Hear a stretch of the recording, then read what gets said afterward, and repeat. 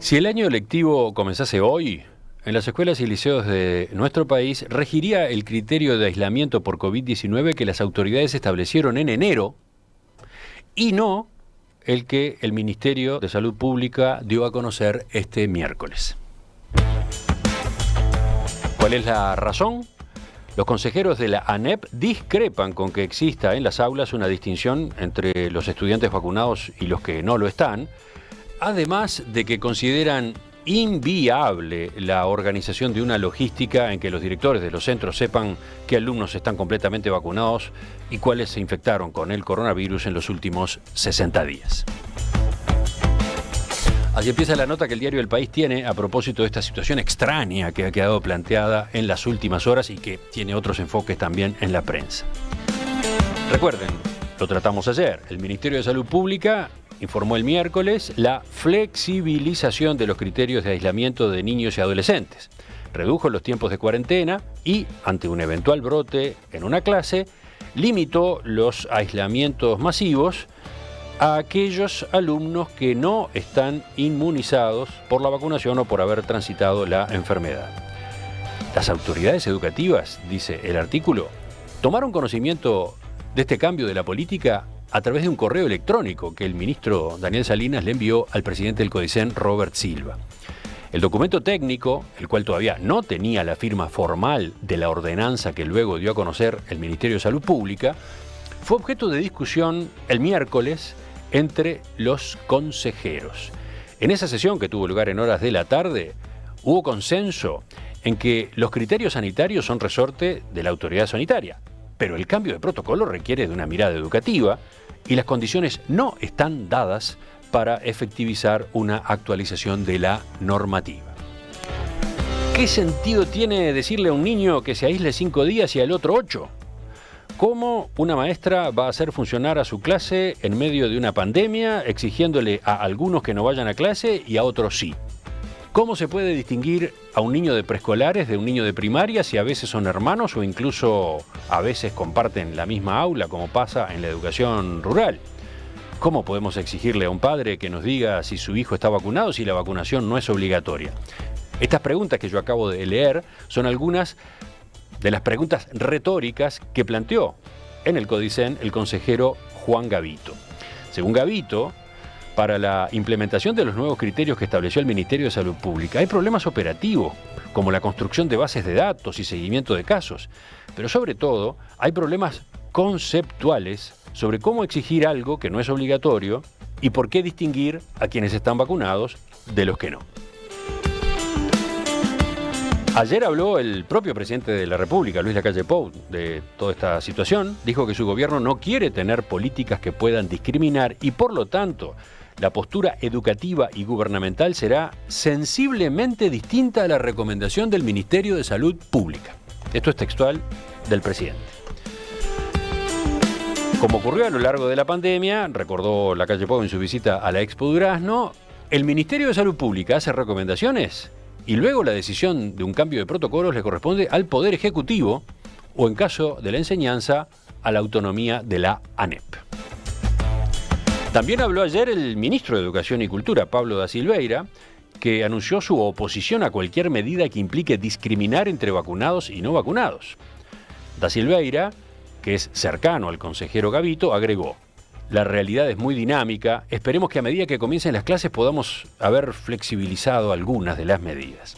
En ese sentido, Lacalle Pou considera que la cercanía con el comienzo de los cursos previsto para el 7 de marzo hace que no tenga sentido un cambio de protocolo.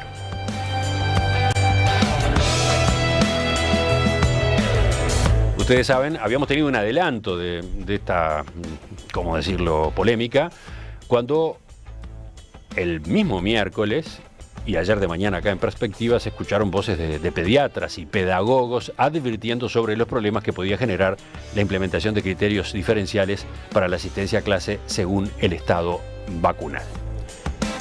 La FUM, la Federación Uruguaya de Magisterio, tomó nota de este debate y abordará el tema mañana sábado en la reunión de su mesa representativa. Recordemos, ayer en la mañana entrevistábamos al doctor Sebastián González Dambrauskas, pediatra intensivista y coordinador de la Red Pediátrica de Latinoamérica, quien sostuvo que Uruguay está en una clara etapa de transición, dijo, hacia la vida normal, que no tiene dudas que podría caer el decreto de emergencia sanitaria y que hace tiempo viene alertando en el sentido de que hay otras emergencias en el caso de los niños y el desarrollo neuronal. A su vez señaló que los protocolos para las cuarentenas en los centros educativos, cuando surgen focos, que son distintos para niños vacunados y los que no están, generan discriminación y agregó que la información sobre vacunación no debería estar en poder de los centros educativos por esta misma razón. Vamos ahora a ver otro punto de vista. Estamos en comunicación con el doctor Gabriel Pelufo, médico pediatra, integrante de la unidad de inmunizaciones del Ministerio de Salud Pública y quien tuvo una participación activa en el diseño de las recomendaciones que hizo públicas el Ministerio de Salud Pública. Doctor Pelufo, ¿qué tal? Buen día, un gusto saludarlo. ¿Qué tal? Buenos días. Gracias por la invitación. Una primera consideración. Ayer empezábamos preguntándole al doctor González Dambrauskas el estado de situación, digamos. Para usted, ¿cómo definiría el actual panorama de la pandemia acá en nuestro país? Bueno, estamos en una situación todavía de alta circulación viral, con un descenso paulatino del número de casos y con un porcentaje de testeos positivos cada vez menor, que es lo esperable a esta altura. Capaz que lo esperable era algunas semanas antes, pero se está produciendo en este momento y estamos a la espera justamente que se consolide el final de esta ola de Omicron, que fue una ola importante en el Uruguay, ¿verdad? Uh-huh. También sí. Hubo obviamente un desfase entre la cantidad de casos, lo que fueron las internaciones, lo que fue la mortalidad. Y eso, como fue algo uniforme a nivel mundial, el análisis que es el mismo. O sea, Uruguay tiene un porcentaje de individuos vacunados muy alto y había padecido a principios de 2021, hasta mitad de 2021, una ola muy grande con la cepa gamma, ¿verdad? Vayamos ahora al anuncio del Ministerio de Salud Pública, ¿no? ¿Por qué usted y otros especialistas que participaron también en la decisión junto con el Ministerio fueron por esta recomendación de tratar distintos, ¿verdad?, lo que serían las cuarentenas para niños vacunados y no vacunados? Bueno, para llegar al punto específico y explicar el porqué, diría que lo importante era un poco el contexto. El contexto, parte lo acabo de decir. O sea, todavía la ola no terminó, si bien está terminando y es inminente que así ocurra y todos estamos esperando que se ocurra, pero ayer hubo 4.000 nuevos casos, por ejemplo. Pero independientemente de eso, había una preocupación por parte de las autoridades, por las autoridades de la educación, por el propio ministerio, por la sociedad misma, por referentes académicos, por agrupaciones de padres y médicos que los representan, de comenzar a flexibilizar algunas medidas dentro del sistema educativo que permitiesen un comienzo de clases diferente, y a eso se encomendó a un grupo de expertos a realizar cambios con respecto a los protocolos, ¿verdad? Uh-huh. Bueno, obviamente que ese documento, ese grupo de cambios que se establecieron, que bueno, para algunos reaccionaron y no les han convencido en muchos aspectos, tienen que ver específicamente con tratar de, digamos, bajarlos de alguna manera o discutirlos con la autoridad educativa y con los gremios también con respecto a su aplicación. O sea, es un documento que tiene un enfoque técnico, tiene un enfoque biológico, el cual evidentemente hay que traducirlo a su aplicabilidad o a su logística. En eso estamos completamente de acuerdo. Lo que pasa es raro que el Ministerio lo haya comunicado porque se dio como un hecho, digo, no se habló de que era un tema que se ponía a consideración de la comunidad educativa, ¿no? De las autoridades de la educación o de los gremios, ¿no? Se dio el día que se informó como el protocolo que va a comenzar a regir. En realidad no es el protocolo, sino que es el documento sobre el cual se debe discutir. Creo que más que nada ese es el enfoque del grupo técnico que lo llevó adelante, ¿verdad? Entonces, sí. Tenemos ese contexto en el cual es inminente que esta ola termine, pero todavía no ha terminado. O sea, lo que consideró ese grupo técnico, la primera pregunta que se hizo es, ¿estamos en condiciones de liberar muchas de los protocolos, de los testeos, de las cuarentenas? Estamos en ese momento, las mascarillas. Y el momento no es aún porque todavía hay alta circulación viral, ¿se entiende? Y por otro lado, las clases empiezan el 7 de marzo. Pero como todo hasta ahora ha sido dinámico, y con ese mismo criterio dinámico, la idea era establecer el punto en el cual ahora, en este momento, serían las recomendaciones que se pudieran dar en este momento. Es probable que en las próximas semanas, todos esperamos, este escenario cambie. Obviamente, también acabo de escuchar el argumento que tú decías, capaz que andar cambiando cada 3 o 4 semanas no resulta algo práctico, no resulta algo cómodo. Pero bueno, un documento técnico tiene esas características, analiza en cierta forma qué es lo que está pasando con la pandemia, cuál es la realidad con esta variante, cómo es el comportamiento epidemiológico y cuál es la situación probablemente al día 7 de marzo cuando comiencen las clases.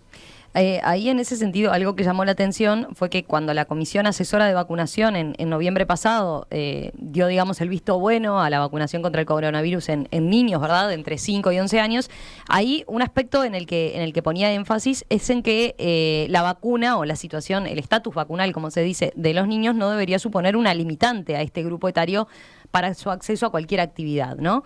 Y en el nuevo, en las pautas que se habían determinado el miércoles, allí sí claramente se hace una diferencia, ¿no? ¿Tuvieron en cuenta ese punto? ¿Qué consideraron al respecto? Sí, es verdad. Digo, lo que sí hay es una diferencia. El punto en el que no estoy de acuerdo es que esa diferencia se le denomine discriminación. A ver, vayamos ahí hay una cuestión a aclarar, ¿no? ¿Qué diferencia hay entre... ¿Por qué entienden que no es discriminación, sino diferenciación? Ahí está. Ahí es un punto... exactamente. El punto ahí radica en que también en análisis que se ha hecho y se han discutido en las propias sesiones de la CENAV, de la Comisión Nacional Asesora de Vacunas, y el transcurso de la epidemia de Omicron en estos 2 meses que todavía la estamos transcurriendo, por suerte al final, nos ha demostrado, sí, que el estatus vacunal ha hecho una diferencia, pero no solamente en casos graves, en internación y en mortalidad, sino también en infección y curso de enfermedad, ¿sí? Y esos datos también se han analizado en la comisión. Entonces, como en todo grupo etario el estado vacunal se tiene en cuenta, este grupo técnico consideró que también en la población pediátrica este punto debía ser tenido en cuenta. Y estamos completamente de acuerdo con el espíritu de la primer CENAV de que cuando se decidió la vacunación de niños, de que no se los discriminara por su estatus vacunal.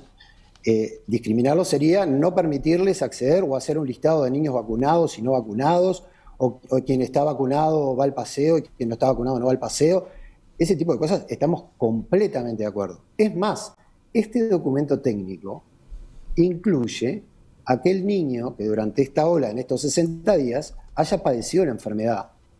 Y la mayoría de los niños que padecieron la enfermedad en este lapso no están vacunados, porque la recomendación justamente es no vacunarse, sino esperar 90 días para ser vacunado. ¿Se entiende? O sea, no es no vacunado. Acá hay 3 estados. Es el recuperado o el que padeció la enfermedad en estos 60 días, el vacunado y el no vacunado. Esta diferenciación también, si bien existe, o es un criterio técnico, el concepto es enfoque de riesgo, como se hace en todos los grupos etarios, es enfoque de riesgo, hace una diferencia clara entre preescolares y escolares, porque justamente el grupo de los preescolares es un grupo que no tiene vacunas porque no le corresponde por su edad tener una vacuna, y bueno, tienen un tratamiento diferenciado con respecto a las precauciones dentro del aula, ¿verdad? Ahí ya vamos a otro punto que el documento técnico insiste mucho, que esta aplicación es en caso de brote y no en caso de que haya casos aislados o que haya muchos casos que tengan nexo epidemiológico en su domicilio o en otro lugar fuera de la escuela. Vamos a escuchar, si le parece, lo que decía ayer el doctor González Dambrauskas a propósito de por qué entendía él que no se puede, para él sí era discriminar entre niños vacunados y no vacunados. hacer lo que hay que hacer, que es lo que dijo el Ministerio, que no se puede discriminar entre niños vacunados y no vacunados, porque nadie puede mostrar evidencia de que un niño no vacunado contagie más que un vacunado, porque eso no se sabe. Para usted, ¿qué pasa con la evidencia científica a propósito de la diferencia entre la situación de un niño vacunado y no vacunado? Dambrauskas señalaba eso. No hay evidencia científica que avale que un niño no vacunado contagie más, decía. Los datos que tenemos de individuos sintomáticos en el curso de la pandemia avalan el hecho de que una persona vacunada cursa la enfermedad con menos síntomas y tiene un periodo de contagio menor una persona vacunada que una no vacunada. En ese caso, discrepo con Sebastián. Sí estoy de acuerdo con Sebastián y en el que él ha insistido desde un principio en la necesidad de mantener las aulas abiertas, las clases presenciales, no discriminar a los niños. Para mí no es un punto de discriminación, simplemente es una discrepancia desde el punto de vista técnico. Pero lo que se propuso el equipo de expertos fue generar una escuela segura, un aula segura, en el cual las actividades se pudieran desarrollar normalmente, que no hubiera interrupciones o que cuando las hubiera, las interrupciones duraran el menos tiempo posible, apelando a la continuidad de la educación presencial. Porque todo lo argumentado, tanto por el doctor González como por otros pediatras referentes académicos, como otros referentes vinculados a los efectos de la parapandemia, que tienen que ver o no con la salud infantil, es que es necesario que los niños concurran a clase. Este documento técnico aporta en ese sentido.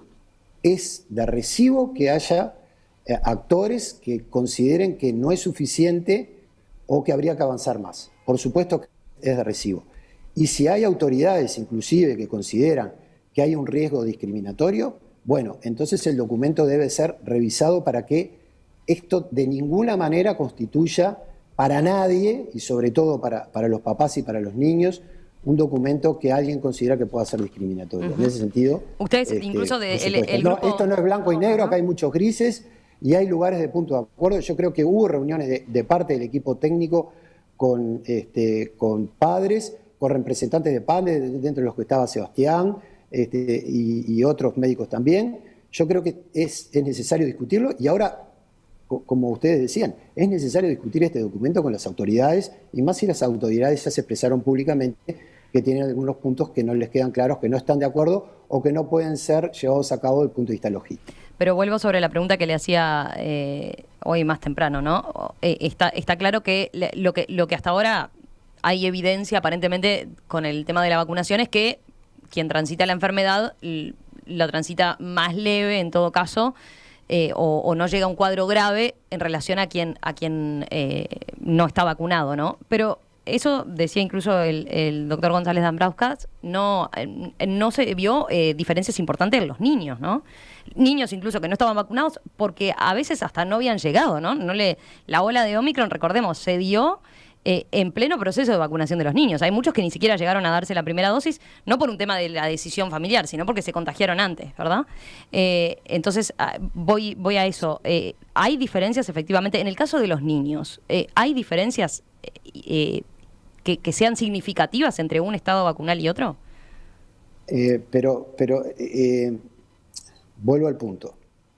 Los datos que analizó la Comisión Nacional Asesora de Vacunas tienen que ver con el impacto de los casos a nivel de la población adulta, que es la que se vacunó. Los niños se empezaron a vacunar en enero. Recién este lunes empezaron a darse la segunda dosis. ¿Estamos de acuerdo? Muchísimos niños no se pudieron vacunar porque cursaron la enfermedad. ¿Estamos de acuerdo? Entonces, justamente el documento técnico lo que prevé es que con una serie completa de vacunas podrían beneficiarse en el sentido de tener un periodo de estado más leve, de menor duración y de menor contagiosidad, tal cual ocurrió con los otros grupos etarios vacunados. ¿Entiende? Ese es el criterio técnico. ¿Qué va a pasar? Bueno, estamos transcurriendo la ola. la mayoría de los niños se han contagiado en esta etapa. Por eso se consideró importante incluir a los niños que hayan padecido la enfermedad, que no van a estar vacunados, y creemos también, aspiramos a que protegidos. Como no podemos decir, afirmar categóricamente que sí lo van a estar, pero sí esperamos que lo estén. Porque lo que sí está demostrando Omicron es que parecería ser, digamos, una cepa que no dejaría una inmunidad hacia la reinfección, o sea que un individuo se podría reinfectar, pero sí estaría dando a nivel de la memoria una buena inmunidad. Eso es algo que están afirmando muchos colegas, con lo cual coincidimos, pero todavía no ha pasado el tiempo suficiente para poder traducir esa información en una recomendación técnica o en una política de salud. Por eso mismo, nosotros aspiramos a que en pocos meses, capaz que se levantan todas las medidas y podemos decir que el tratamiento del coronavirus en un trabajo, pero también en un aula universitaria, escolar e inclusive preescolar, puede hacer lo mismo que un virus sincicial respiratorio o una influenza. Pero no es en el momento actual que lo podemos afirmar. Es simplemente eso. Usted de todas formas dice, no estamos cerrados, al revés. El grupo técnico quiere reconsiderarlo entonces y ver y cuál podría ser una salida ante esta situación que está planteada, porque si no después se va a venir la otra pregunta, ¿no? ¿Es seguro que el niño no vacunado ante un brote en la clase permanezca en el salón de clase? Bueno, tenemos que ver, hay una cuestión que sí nosotros podemos ver que es la diferencia que hubo en los datos de las personas vacunadas y vacunadas con dosis y una dosis de refuerzo con respecto a los 2 vacunados. Eso es algo bastante lógico, pero no estoy hablando solamente de enfermedad grave, internación y mortalidad, sino que estamos hablando del curso de la enfermedad. Eso no quiere decir que personas con 2 dosis y una dosis de refuerzo no se hayan enfermado y no hayan sido sintomáticas. ¿Ah? Y que de repente personas que no se vacunaron hayan causado la enfermedad sintomática. Así es esta pandemia, así lo ha sido desde el primer día. Lo que ha cambiado las vacunas es el escenario en el cual nos podemos mover y todas las actividades que podemos hacer. Ahora estamos hablando específicamente de las actividades a nivel escolar y por supuesto que el equipo técnico está abierto a discutirlo. Es más, el equipo técnico consideró que estas afirmaciones correspondían a hoy porque todavía hay alta circulación viral. Cuando deje de haber alta circulación viral, es probable que muchas de estas, digamos, condiciones que se pusieron, que a algunos les pueden resultar muy complejas, tengan que ser revistas y probablemente haya muchas menos limitaciones. Llegar a considerar a un niño vacunado o no vacunado en el mismo contexto, y bueno, es una posibilidad. Yo no digo que no, y no creo que nadie del equipo técnico esté negando esa posibilidad. Bien, le entiendo. Un aspecto nada más que nos quedó, creo, de lo que se abordó ayer, tiene que ver con, usted decía, bueno, nosotros en el equipo técnico tomamos la decisión en base a lo que pasa en otras franjas etarias. Ayer González Dambrauskas decía que ponía el foco en por qué se tomaba esta distinción en los niños cuando, decía él, hoy por hoy, en otros casos, cuando se da en los adultos una situación de contagio en un caso, quien no está vacunado, señalaba él, no tiene que hacer cuarentena como se establecía en este caso. ¿Ustedes analizaron ese aspecto, esa diferenciación de por qué se daba en los niños, por qué debía darse en los niños y no en los adultos? ¿En qué casos, por ejemplo? Bueno, él decía, por ejemplo, en el trabajo, ¿no? Él decía, hoy por hoy, él decía, hoy por hoy, si una persona se contagia y su compañero de trabajo, con quien está permanentemente al lado, no está vacunado, los protocolos indican que no tiene ninguna distinción, ¿no? Respecto a el otro compañero que sí está vacunado. Hacen lo mismo los dos, que es nada. Nosotros consideramos, el equipo técnico consideró y fue mandatado para tratar de generar un espacio seguro dentro del ámbito escolar, liceal y preescolar. ¿Sí? ¿De acuerdo? En el momento actual, con respecto a la circulación que hay a nivel comunitario del virus, esta era la recomendación que se pudo hacer. Se planteó si estábamos en un contexto en el cual se pudieran, de alguna manera, liberar todos los protocolos, recomendaciones y testeos, y se dijo, aún no, pero se puede volver a considerar en las próximas semanas. Ese fue el criterio que abordó el equipo técnico, ¿sí? Por supuesto que se advirtió que las recomendaciones que hubieran a nivel del aula no deberían estar en contradicción con las recomendaciones que se dan a nivel general. Puede ser que haya algún aspecto en el cual haya que pulir con respecto a recomendaciones que hay a nivel general y no son exactamente iguales, ¿sí? Pero no estaba chequeando ese grupo de expertos continuamente cuáles eran las recomendaciones en otros ámbitos. Sí, se hacían recomendaciones para un aula segura, ¿de acuerdo? Sí, porque recordemos, además, los protocolos cambian permanentemente. De hecho, junto con las novedades de los protocolos en lo que iban a hacer las escuelas, y que se comunicó el miércoles, se comunicó también el cambio en lo que son las cuarentenas para personas incluso que cursan la enfermedad, ¿no? A nivel general, de la población en general. Claro, por eso, porque en realidad también hay un comportamiento de esta cepa en particular en el cual, bueno, si bien los contagios antes los llevamos hasta el día 14, ahora estamos viendo cuál fue el comportamiento. Menor periodo de estado, menor periodo de contagiosidad, se calculó hasta cuándo sería el periodo máximo que una persona pudiera contagiar y se llevó los tiempos de testeo, los tiempos de alta hasta un periodo promedio, no hasta el tiempo máximo, e inclusive poder dar de alta sin síntomas con un antígeno en un tiempo menor. Justamente era uno de los mandatos que tenía el grupo de expertos, tratar de acortar para tratar de perder la menos cantidad de clase posible. Los que quedaron un poquito, digamos, en desventaja es el grupo de preescolares, obviamente, porque hay un grupo que no está vacunado y no quiere decir que vaya a estar en la misma situación todo el tiempo. Está en esta situación ahora porque hay alta circulación. Cuando deje de haber alta circulación, el grupo de preescolares va a tener muchas más libertades probablemente. Doctor Gabriel Pelufo, médico pediatra, integrante de la unidad de inmunizaciones del Ministerio de Salud Pública y quien tuvo participación activa entonces en el diseño de las recomendaciones para la cartera. Gracias por estos minutos esta mañana aquí en Perspectiva. Volvemos a hablar en cualquier momento y quedamos atentos a lo que resuelvan ahora en una próxima reunión. ¿Cuándo tienen previsto hacer esta revisión?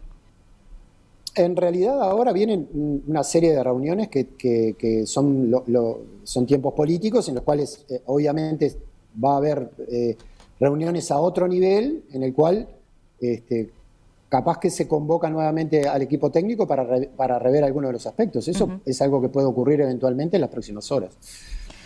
Doctor Gabriel Pelufo, gracias. Gracias por estos minutos esta mañana aquí en Perspectiva. Buenos días.